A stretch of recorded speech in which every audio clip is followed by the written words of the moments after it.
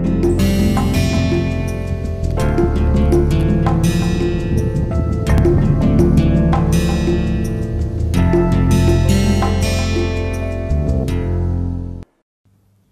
and welcome back to this lecture series on literary theory.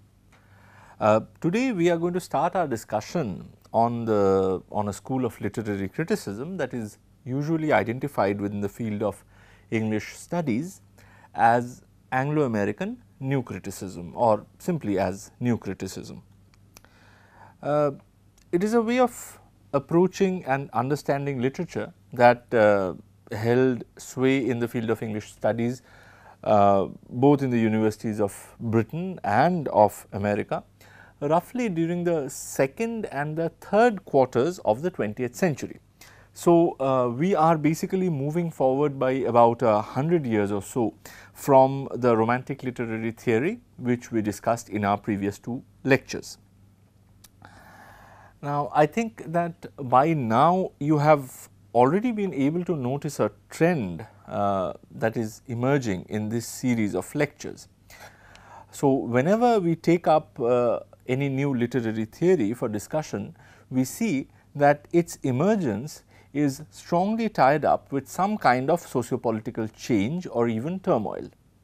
And this goes on to show actually how integrally the politics and revolutionary social movements are tied to changes in the cultural world.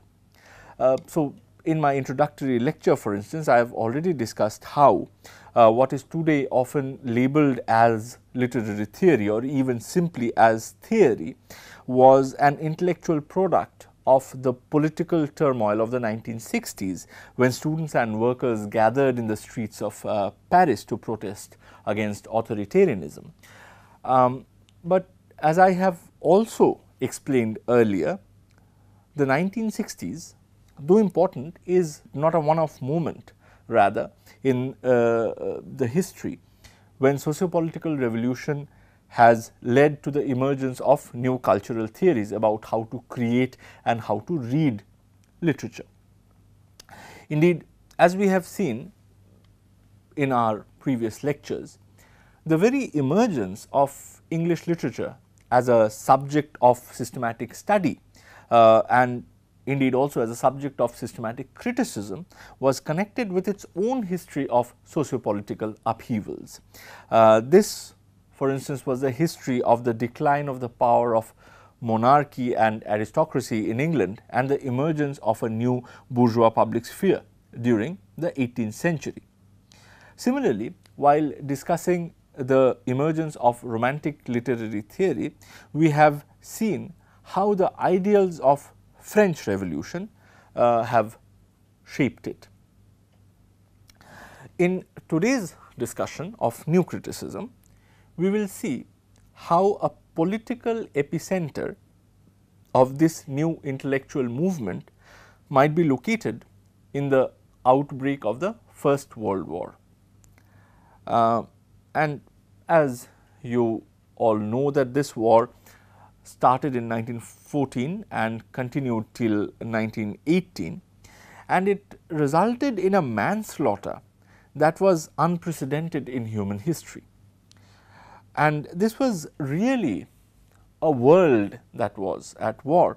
So, even though the immediate incident that triggered the war was a rather localized issue of European politics, which was the killing of the crown prince of the Austro-Hungarian Empire named Franz Ferdinand, it soon grew to involve not only the whole of Europe, but also America, for instance, Russia. It triggered Bolshevik revolution there, and also a large part of Asia and Africa, primarily because these places were European colonies.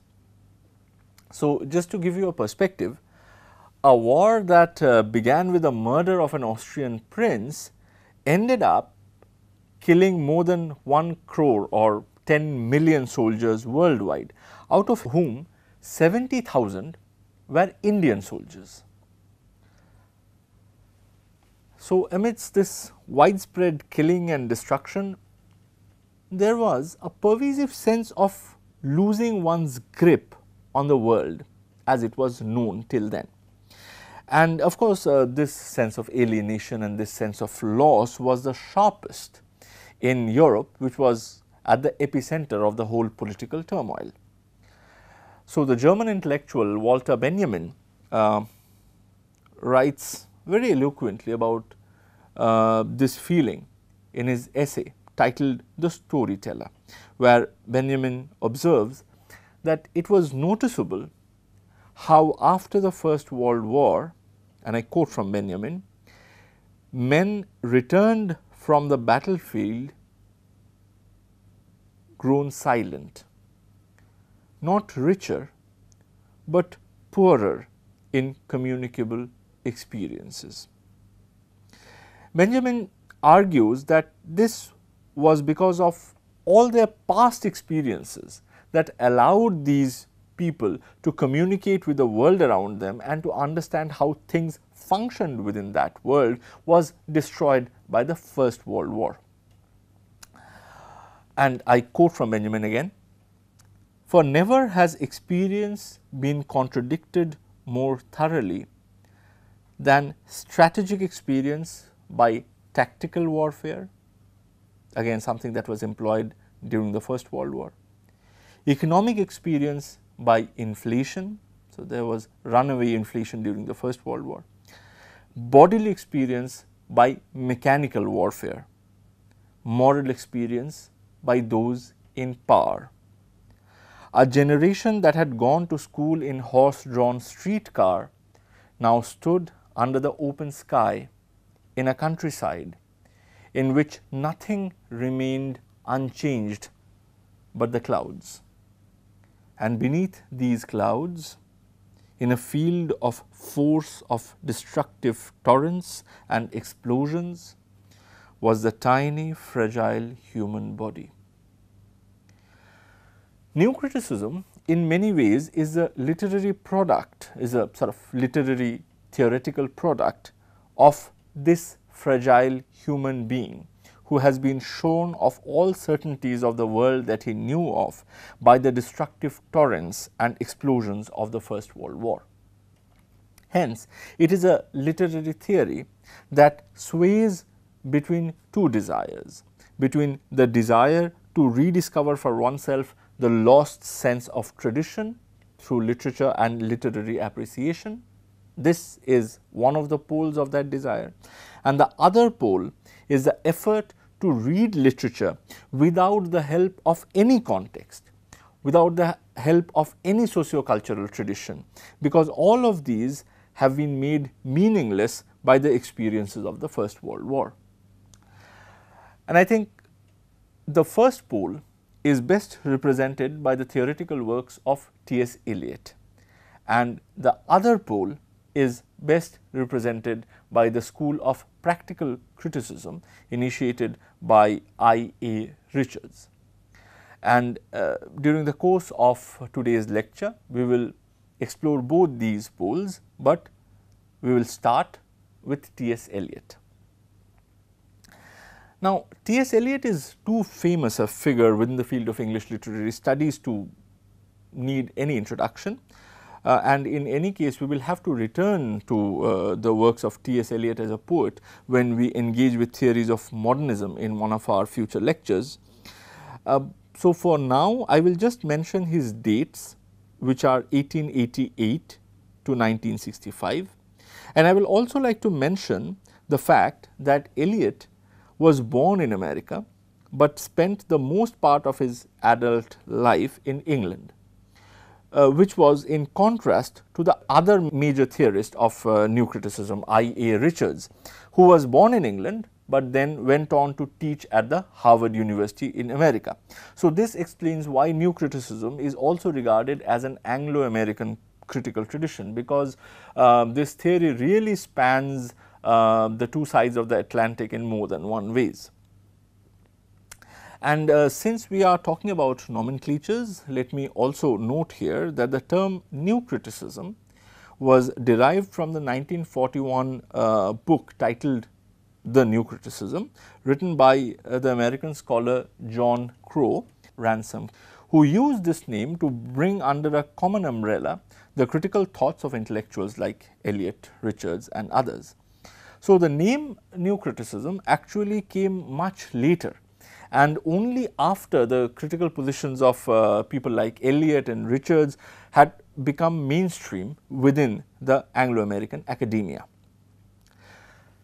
So, coming back to Eliot again, the piece of theoretical work that I want to focus in this lecture today is an essay titled Tradition and Individual Talent. It was published in 1919, which means it was almost immediately published after the end of the First World War, and it contains basically two interrelated sections followed by a very brief conclusion. The first of these sections revolve around the idea of tradition, and at the heart of how Eliot defines tradition is the notion of what he calls historic sense. And I quote from the essay. Eliot says, "The historical sense involves a perception not only of the pastness of the past, but of its presence." In other words, tradition, which is posited on the historical sense, is a constant folding in of the present into a temporal continuum, and thereby a fitting in of the present within the template of the past.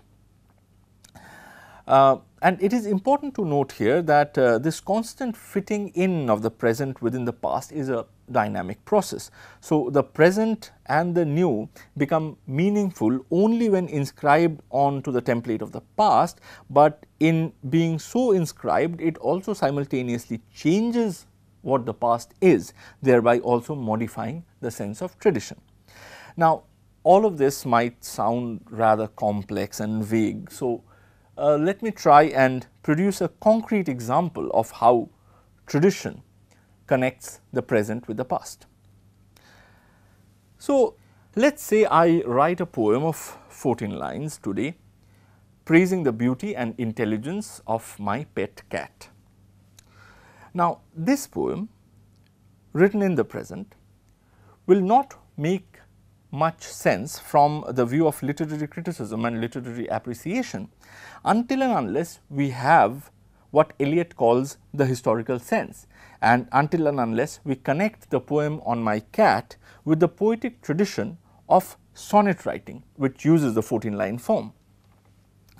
And it is only when the present poem is enfolded within the sonnet tradition that we will be able to see how the cat in my poem plays the same role as a beloved named Beatrice in the sonnets written by the medieval Italian poet Dante.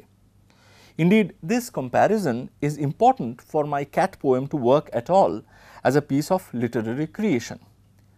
Therefore, Eliot argues, and I quote, "No poet, no artist of any art has his complete meaning alone. His significance, his appreciation is the appreciation of his relation to the dead poets and artists. You cannot value him alone. You must set him for contrast and comparison among the dead." Now, it is also important to note here that the influence of the past tradition on the present poetry or work of art is not unidirectional, but rather it works both ways. So, in other words, my cat poem does gain in meaning by being folded within the sonnet tradition, but it also simultaneously changes the sonnet tradition. That is to say, if any of you try your hand at writing a sonnet tomorrow, you will now have to engage with a tradition that is constituted not only of the sonnets written on the beloved by Dante, but also my cat sonnet. So, my poem of 14 lines written in the present is subsumed within the existing tradition, even while altering the contours of that tradition for the future generation of poets like you.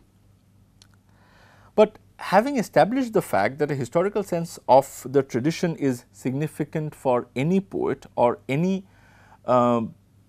creative artist in general to produce a work of art, we are confronted with a very important question, and the question is, how does the individual artist relate to tradition?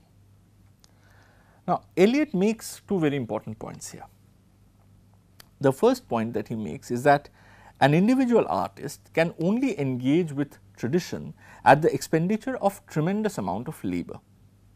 It cannot be simply inherited. Tradition cannot be simply inherited by someone by just being born within a particular sociocultural milieu.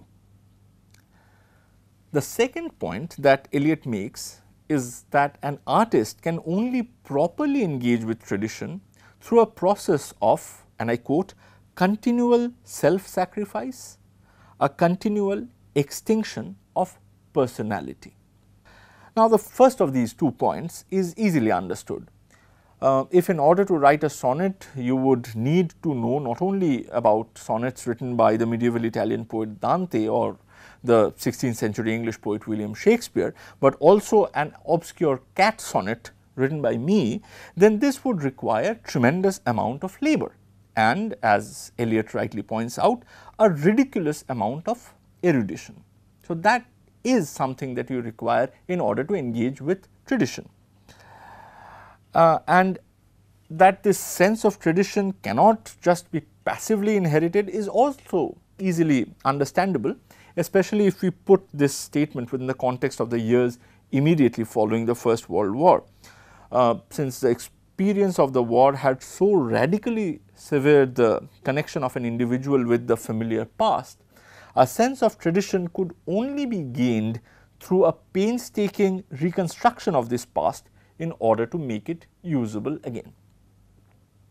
But the problem is actually with the second point that Eliot makes. What does it mean to sacrifice one's personality in order to creatively engage with tradition? This is the question that Eliot answers in the second half of his essay, Tradition and Individual Talent. And to understand his answer, we should start with Eliot's assertion that, and I quote, "The poet has not a personality to express, but a particular medium." Now, if we go back to our lectures on Aristotle's Poetics, we will see that one of the things that Aristotle keeps stressing is that poetry is essentially a craft which uses mediums like rhythm, language and harmony to express itself, even like a carpenter who uses mediums like wood, chisel and lathe machine to create his almirahs and beds and things like that. And the point that Eliot makes in his essay is similar to this point made by Aristotle. In Eliot too, the understanding of poetry is that of a craft which uses phrases and images to construct itself. So, what the poet creates is a combination of these phrases, images and even feelings which are not exclusively his own, but already available to him and also to others in the form of tradition. So, for instance, in writing my cat sonnet, I will not only be recycling the poetic form of the sonnet and some of the phrases available to me through the sonnet tradition, but also the feeling of awe and reverence that is to be directed towards the subject of my poem. And in this combination, nothing actually needs to come from my personality, not even the feelings that I put in my poem, because it is not necessary to personally feel any sense of awe or reverence or even great love towards my cat or towards my beloved for that matter, in order to poetically use that feeling of great love, of reverence and awe that is already part of the sonnet tradition and therefore already available to me in its poetic form. In fact, Eliot argues that it is an error in poetry to seek for new human emotions to express, because, and as he justifies, in this search for novelty in the wrong place, it discovers the perverse. This explains why for Eliot poetry is, and I quote, not the expression of personality, but an escape from personality. Now, as you can see here, this position is radically different from the Romantic literary theory that was based on the cult of the poet's personality. This is precisely the reason why we find Eliot attacking again and again the view of poetry as forwarded by Romantics like Wordsworth, for instance. Indeed, this disappearance of the poet or even the author from critical consideration is to be among the chief identifying traits of a number of theories that emerged during the 20th century. And we are in fact going to look at some of these theories during the course of our next few lectures. But right now, let us move on to I.A. Richards and see how this denial of the personality of the poet shapes his theoretical approach to literature. I.A. Richards was born in 1893 and died in 1979, and he is today most well known for an experiment that he conducted while teaching at the University of Cambridge and the principles of reading literature that he was able to build from that experiment. And the experiment was basically very simple.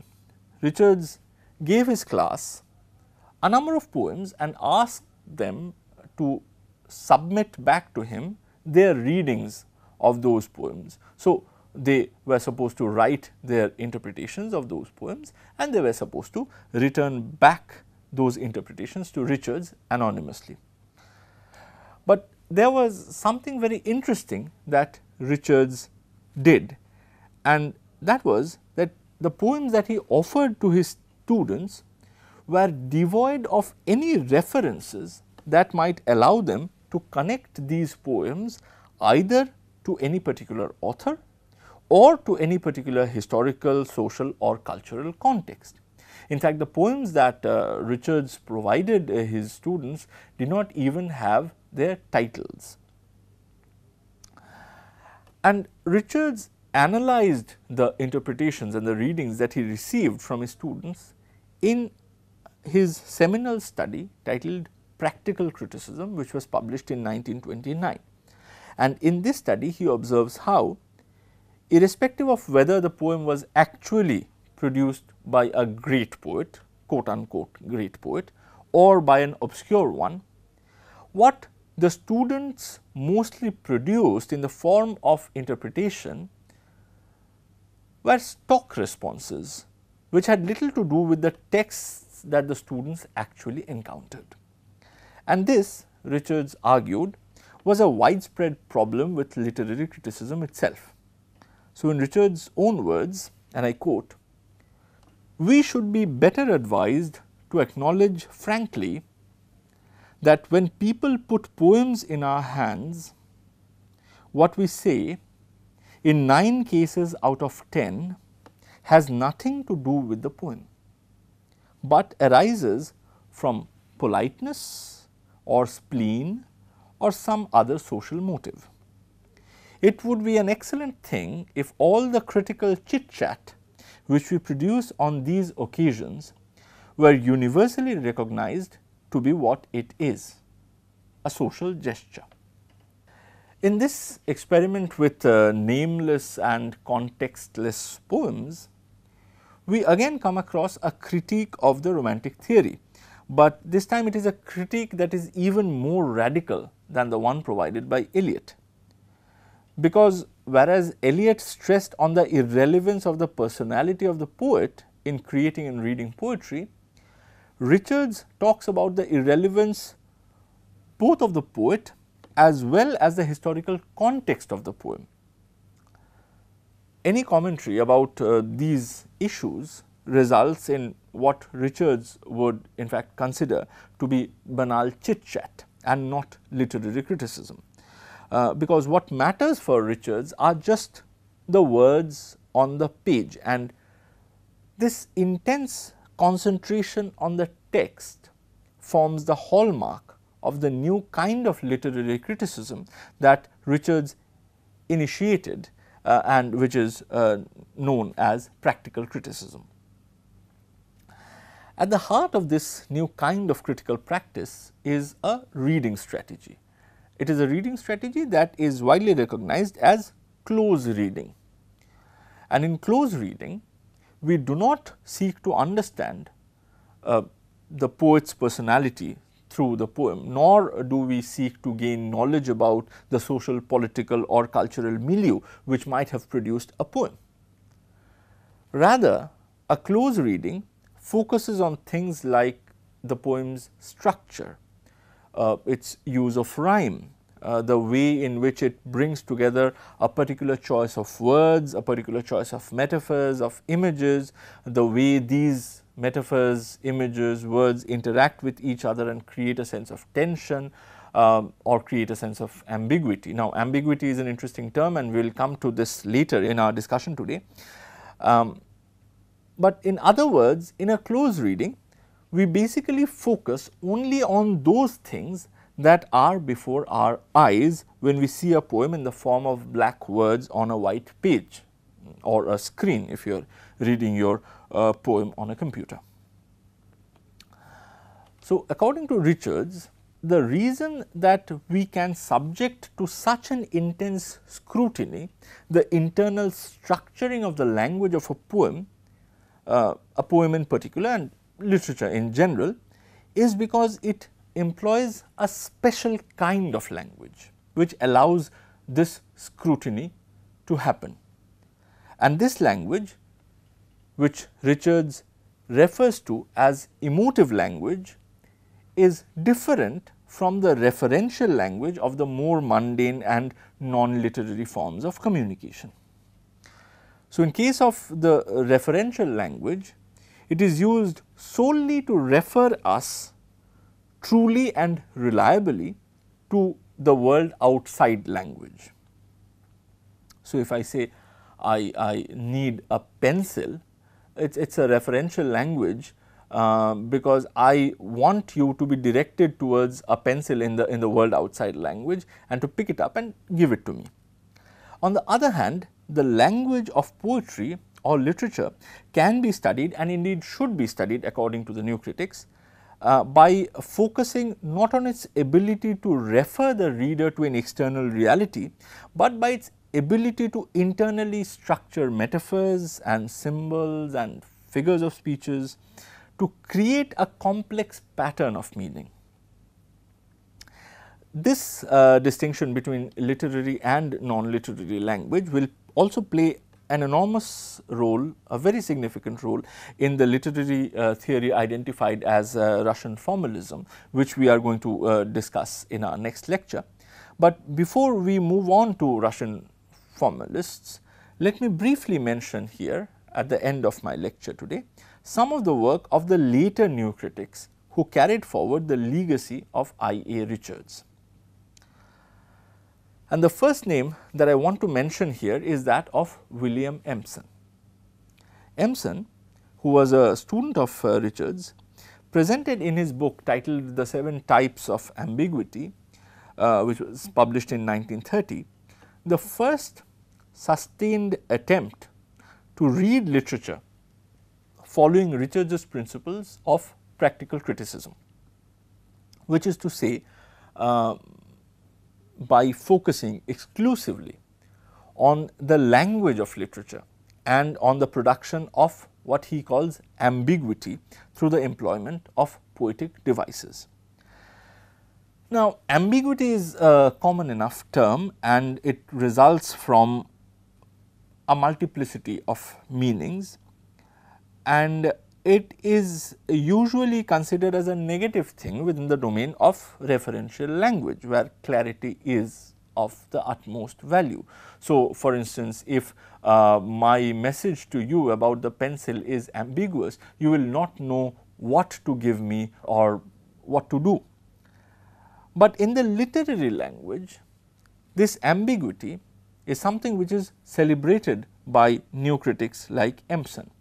And this celebration of ambiguity is also something that is easily understood if we consider an example like Shakespeare's sonnet number 18, for instance, "Shall I compare thee to a summer's day," where the phrase, and I quote from the poem, "In eternal lines to time thou growest," gives us the kind of pleasure that it does, primarily because of the multiple possible interpretations of the word lines, because that word might mean the lines of progeny that the poet and his beloved might have if they unite together, or even the lines of the poem itself as they grow and develop during the course of our reading.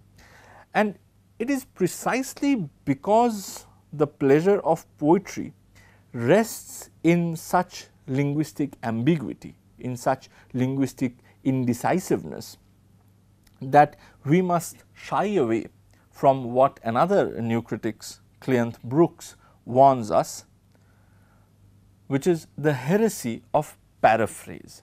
Since the way language is used in poetry and in literature in general is of utmost importance, it does not make any sense to create paraphrases of literary pieces, because then the entire pleasure is lost. The other critic whom I would like to refer before I end this lecture is the Yale University professor W. K. Wimsatt, who, along with his collaborator Monroe C. Beardsley, produced two very influential essays in the 1940s. And the first essay was titled The Intentional Fallacy, and the second essay was titled The Affective Fallacy. In the first of these two essays, Wimsatt and Beardsley argue that it is an interpretative error to read a literary work by trying to decipher the intentions which its authors wrote that piece. Not the least because the author is usually not available to the reader to testify what exactly his or her intention was. The second essay makes a complementary argument by highlighting the fallacy of reading a text based on the kind of emotional affects that it might give rise to in the readers. The claim here is that both in the case of intentional fallacy as also in the case of affective fallacy, we are moving away from the real basis of literary criticism, which is the literary text itself. And what constitutes that literary text is neither the putative authorial intention nor the possible psychological effects that it may produce among its readers. It is constituted simply of the medium of language, of words on the page. So, as we can see with the new critics and during the first half of the 20th century, literary criticism takes a definitive linguistic turn. In our upcoming lectures, we are going to follow this linguistic turn in the 20th century literary criticism as it is manifested in various theoretical forms like formalism, for instance, or structuralism and post-structuralism. But in the next lecture, we will pick up formalism first. Thank you for listening.